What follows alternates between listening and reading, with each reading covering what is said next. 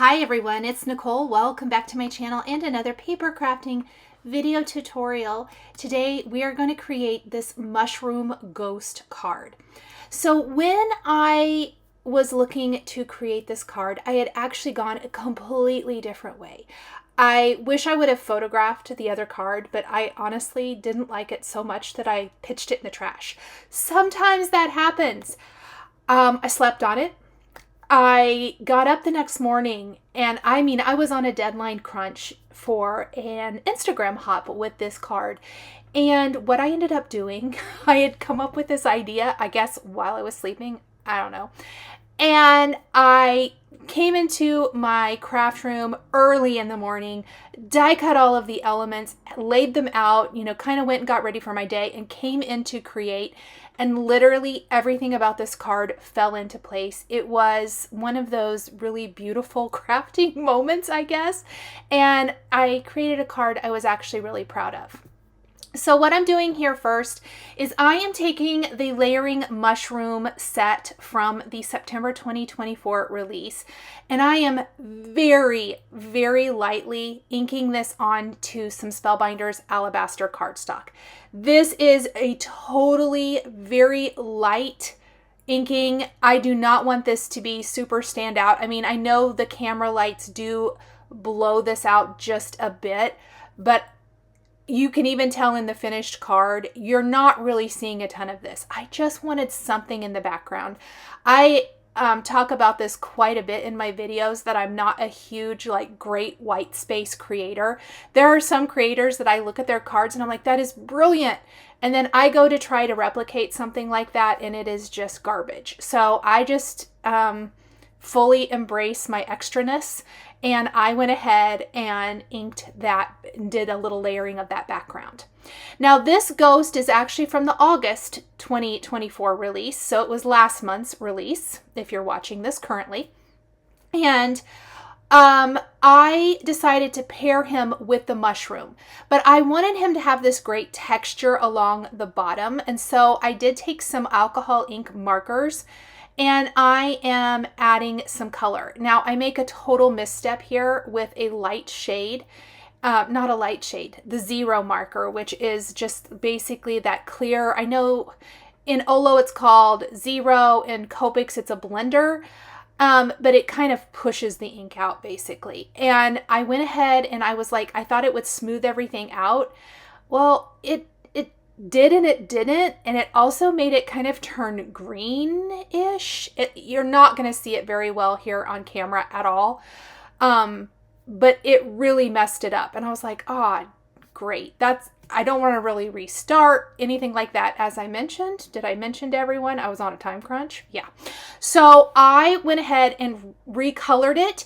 And instead of using that 0, I'm just using a very light warm gray to blend that out. And I kind of just decided, I think it just needs to be darker. Just go darker. Don't worry about it.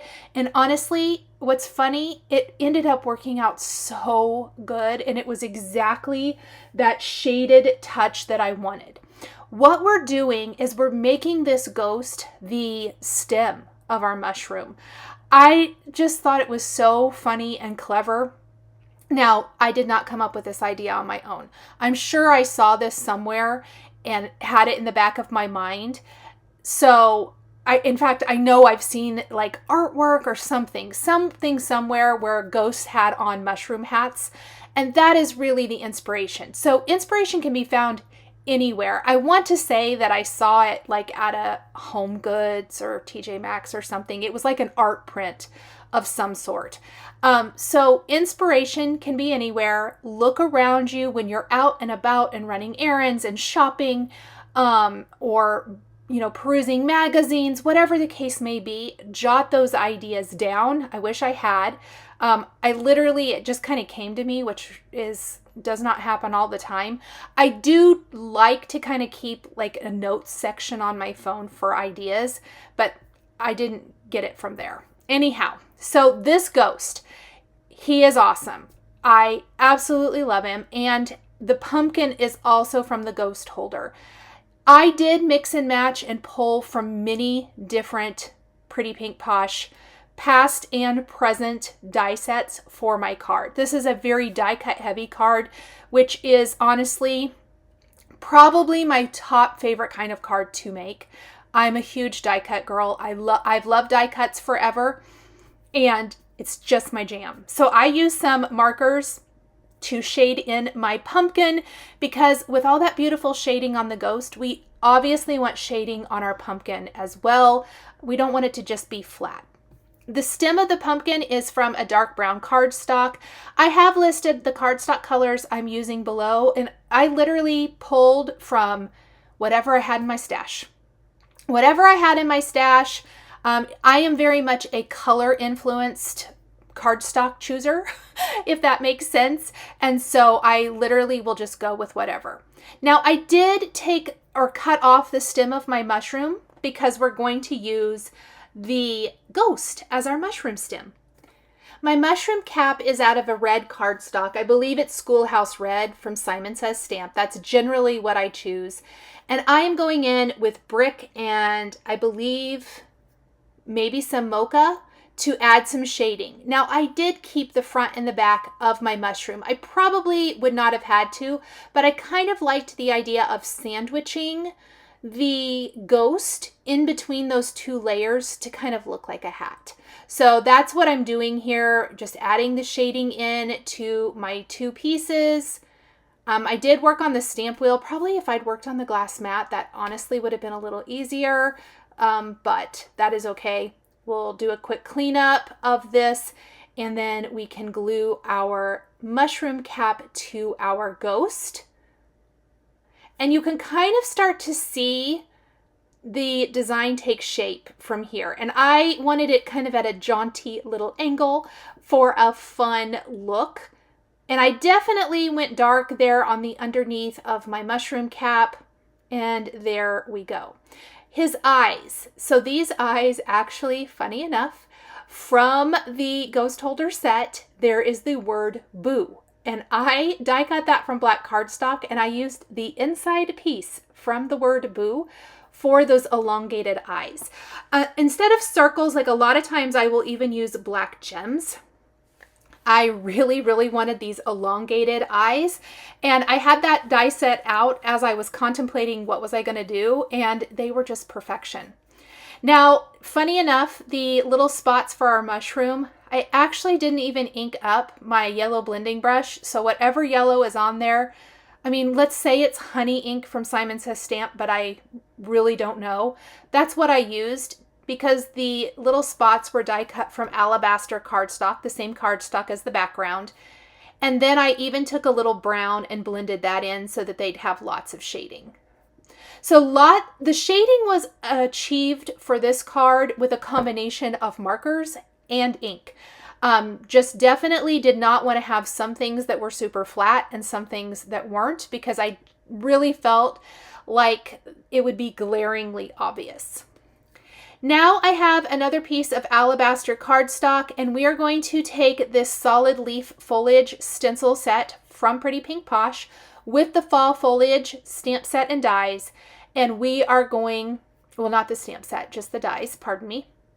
We are going to be inking up some of the leaves from this to use on our card. So not everything is completely just a straight die cut, if you will.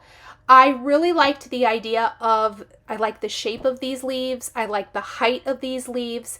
And so I went ahead and stenciled them, and you can tell that it is a two-piece stencil. And I've just got several Simon Says Stamp inks out here. Like I think I used kale and artichoke and mocha for these. And we want to do 4 of them because I want my mushroom set in a ton of greenery for this card. Lots of greenery, lots of color, lots of leaves, acorns, sunflowers, the whole bit. Very much a fall card, but also this adorable little scene. I love the idea of stencils that don't require the stamp set to achieve amazing results. So if you love all the shading, like this doesn't really involve any extra ink blending. We've done it all right here. And then you like the die that die cuts it. this is brilliant. I hope that we see more of these from Pretty Pink Posh because I love, love, love this. And we'll just add a couple more stems, and then I will take the coordinating dies and die cut these. Now you'll notice off to the right, I have lots of components ready to go. I've got flowers. I have the word die cut that I'm going to use from the Mini Thanks. That's also a September 2024 release. And then there is the wonderful new die set that is the Big Fall Cupcake. And no, nothing about this card is a cupcake, but I did pull elements like the sunflower, an acorn, the mushroom, little things like that, and we're going to assemble those. Now, before I get too far, I am going to take some black silk from Spellbinders. I'm sure no one is shocked. I've been using it all the time. And we are going to add this to our very soft, pretty stenciled background and let that dry for a minute, because I want to place my ghost on my card, and then I want to build the greenery around him. And for me, it was really important here to be able to attach him and then start kind of building up our greenery and fall foliage and all of that around. I want to use a sentiment from the Sentiment Strips Halloween set. It says, "Hey Pumpkin," because I thought that was cute. And then we're going to combine that with the Thanks from the Mini Thanks set. And I'm just going to use an acrylic block and the brick ink, and we're going to just stamp "Hey Pumpkin" right onto our little ghosty. And I feel like it really fits nicely in between the loop of the H and the K. So the Thanks was die cut from the Spellbinders Brushed Gold cardstock. I'm a huge fan of the Brushed Gold cardstock, huge. Brushed Gold, Brushed Silver, I love it. And I'm going to just put a little glue where the Thanks overlaps the ghost, and then glue that down in place before we attach this to our card. On the back, I'm going to place some long foam adhesive strips, or strip, I should say. And then I kind of want to lay out some of my elements and get an idea of how it's going to look. And instantly I'm like, yep, this is it. Let's just glue these babies down, and then I can put foam adhesive on the back of the whole thing. I do kind of like to do this once in a while if I have some bigger elements like these bigger stenciled and die cut leaves, as it gives you a really good guide for height. I don't want everything to be at exactly the same height on my card. Now, remember I said I didn't want anything super flat. I was looking at my sunflowers and I thought, oh my goodness. So I just took whatever brown was left on my blending brush and added a little bit to the petals. I did die cut my sunflowers from 2 different colors of yellow. So you'll notice there's a lighter and a darker. That did not matter when it came to adding inking to them. I did not care what was on my brown blending brush, just as long as it kind of grunged up the petals just a bit and added some shading. All of them are going to have this dark brown center. And I'm just using a scrap piece of that cardstock to ink these. And then, like the flatness of the greenery that I've die cut, I went ahead and added some color to that. Now the greenery is from, some of it is from the Big Fall Cupcake, and some is from the Fall Basket dies. And I think Fall Basket came out in 2023. I might be wrong about that, but I think so. And so some of the elements are from that one as well. Now the little mushroom, I did add a little inking to it. This leaf is from the Big Fall Cupcake. We're going to add some shading to that as well. And basically at this point, I'm literally just grabbing my ink blending brushes, adding a little color, assembling the acorns. I will tell you, the acorns are really similar, but one is smaller than the other, and they are slightly different. One is from the Big Fall Cupcake and one is from the Fall Basket. I loved that because I loved that they weren't exact, but I liked that they were close enough that they really went together great for my card. Okay, I'm loving it. for sure ready to go to the card now. So I've got some foam. Let's go ahead and add some more on the back. And let's start building our little ghosty mushroom sitting in this fall foliage. I think I'll use some squares on the back of this big piece. And we will simply plop him right down. I mean, how cute is that? The greenery for this card really sets it apart, especially with a light kind of ivory alabaster background with the white ghost. I don't think it would have been near as showy if I had not added the extra greenery. Maybe on a different background, maybe think a dark deep blue background or a turquoise or peacock color, that would have been pretty too. But for sure you want to have some nice contrast. And for me, the greenery really provides that. So you'll notice just building our floral arrangement. That's the part of the program I like to call this. I have never actually taken floral design.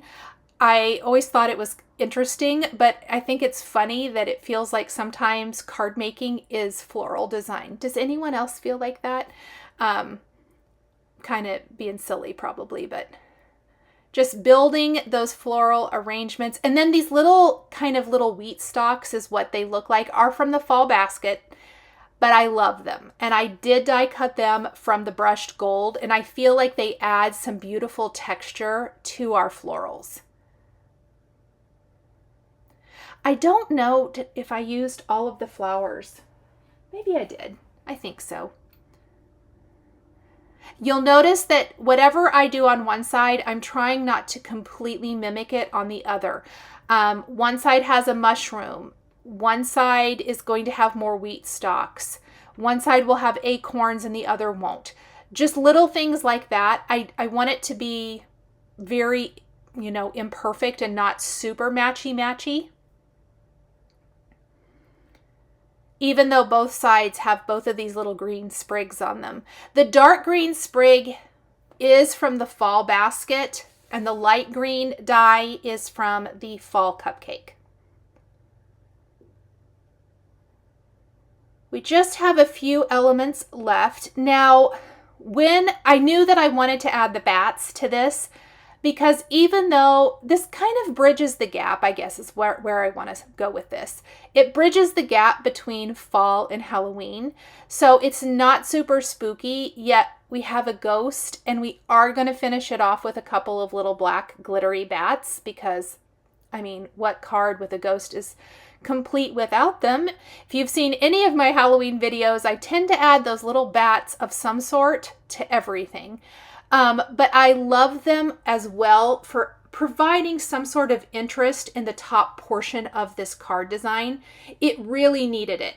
This is a very middle to bottom heavy card by nature. I mean, that is where the majority of everything is tucked into.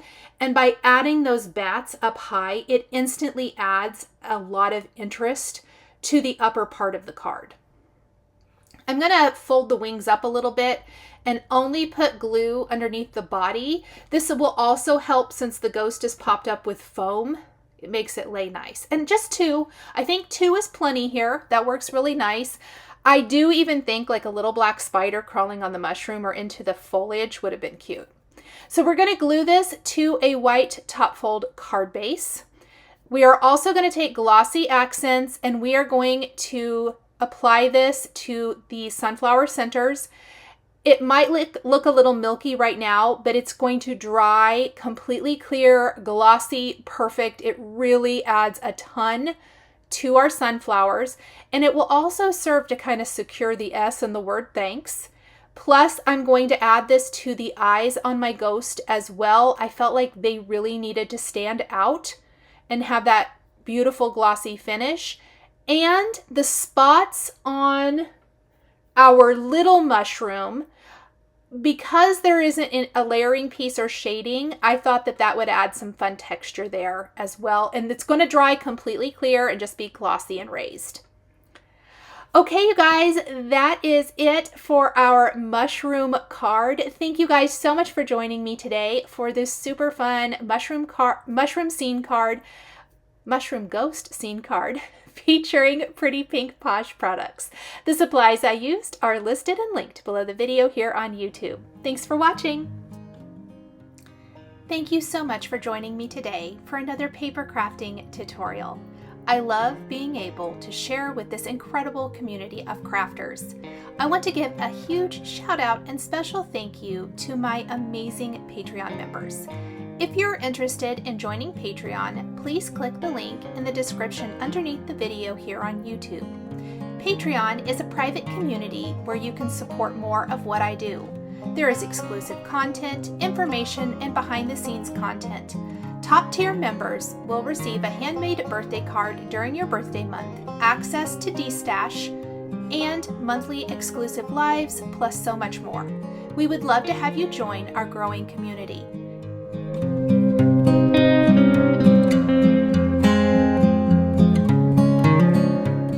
Please be sure to subscribe to my channel, click that like button, and don't forget to hit the notification bell to always be notified when I have a new video. Thanks for watching!